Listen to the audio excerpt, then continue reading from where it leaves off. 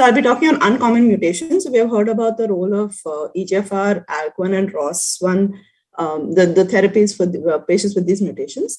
So I'll be talking, so this is the profile that was done by Dr. Amit Dutt and Dr. Kumar Prabhash for our Indian lung cancer patients. And I'll be talking about KRAS. I'll try and discuss FGFR if there is time, and I'll talk about MET and RET.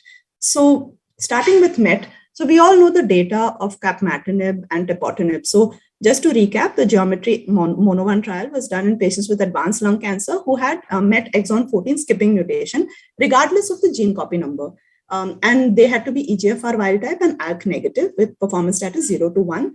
And patients were treated with capmatinib 400 milligrams twice a day. And tepotinib was studied in the Vision study, and that was also in MET exon 14 skipping mutation. So highly efficacious, the drugs for patients with MET mutated lung cancers, especially MET exon 14 skipping mutation. So the response rate with capmatinib was 68%, and in patients who were treatment naive, and 41% in patients who had received previous therapy. The median duration of response in the treatment naive patients was over a year, so 12.6 months with capmatinib, and 9.7 months in patients who had been previously treated. Tepotinib, a little bit less response rate, similar in both treatment naive and pre-treated patients. So the response rate was 43%. The median duration of response for tepotinib again was similar in treatment naive and pre-treated patients, just under a year. So what is the data that we have for the use of these agents in patients who have brain metastases? So there was they tried to parse out the data in the patients who had brain metastases in the Geometry Mono-1 study.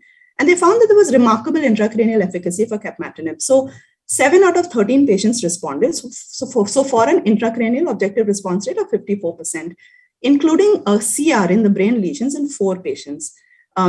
So intracranial disease control was observed in 12 of 13 patients. So here on the right side in these diagrams, you can see this was the brain imaging from one of the patients on the Geometry Mono-1 trial. So on the top part shows you the brain mets, and then the patient received capmatinib, and at the bottom you can see the patient had a CR from capmatinib. Tepotinib, again, was studied in the Vision trial. So the Vision trial excluded patients who had symptomatic brain metastasis. But from the compassionate access program, there is some evidence that tepotinib is also efficacious and does have intracranial efficacy. What about MET amplification? So there's much less data supporting the use of MET-directed oral TKIs in MET amplification. And so patients who have brain metastasis and MET-amplified tumors, probably local therapy, so RT would be recommended, or chemo-IO. So to conclude, for patients with MET-driven non-small cell lung cancer with brain metastasis, if they have MET exon 14 skipping mutations, then capmatinib is highly recommended. It is highly potent. Tepotinib is also an option. In patients who have MET amplification, would recommend the use of non-selective therapies and chemo-IO. Moving on to RET. So just to recap, the Libretto 001 trial in RET fusion positive as well as RET mutation positive patients with non-small cell lung cancer. So very highly efficacious drug again. So patients who had previously untreated lung cancer with RET fusion positive, the response rate was 85%. In patients who had received prior platinum-based chemotherapy, the response rate was 64%. The median duration of response was 17.5 months. So what about the intracranial activity of selpercatinib? So this was again a subset of the Libretto 001 trial.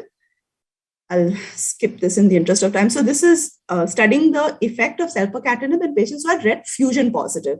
So there were 22 patients. Majority of the patients were women, ECOG 0 to 1. The majority had a RET fusion partner of KIF5B, and the second most commonest was CCDC6.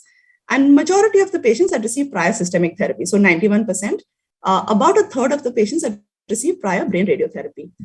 Again, a remarkably efficacious drug. So 10 out of the 11 patients who had received prior therapy had intracranial responses.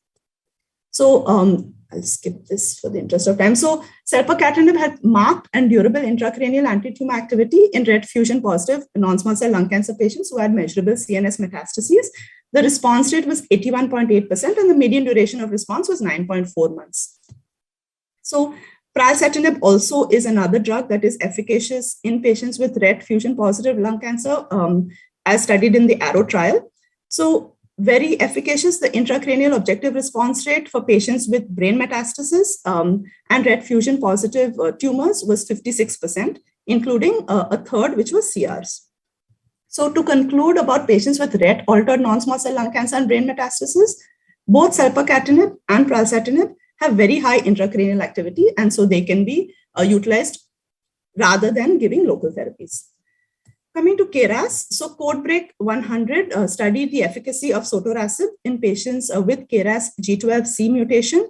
The cohort, so this was a dose escalation study. The cohort which was treated with 960 milligrams was found to be the most efficacious, and that was taken forward in the dose expansion cohort. So sotorasib in non-small cell lung cancer, the objective response rate is 32%. And we all know that brain metastases are common in patients with KRAS mutant lung cancer. So 6-month cumulative incidence of brain metastasis in patients with KRAS G12C mutant lung cancer is 42%. So there was a post-hoc analysis again of the CodeBreak 100 study evaluating the efficacy of sotorasib in patients who had brain metastasis. So this was a retrospective exploratory analysis. And on the top, you can see the patients who had brain metastasis had a slightly less, this was the objective response rate. This is not the intracranial response rate. So patients with brain metastasis, the objective response rate was 25%. In patients who did not have brain metastasis, the objective response rate was 42%. However, sotorasib was efficacious in the brain. So the intracranial disease control rate was 88%.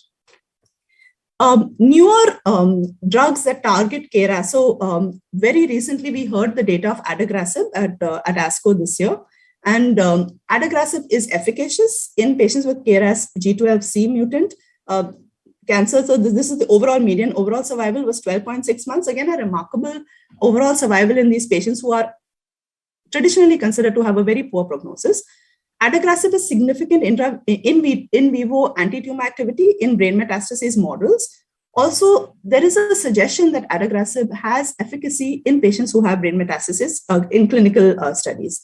So on the right side, you can see that this is the plasma concentration in the plasma concentration and the brain concentration of adagrasib. So this is one of the patients in the CodeBreak study. So on the top, you can see that the patient had brain metastasis, and this is post-treatment with adagrasib.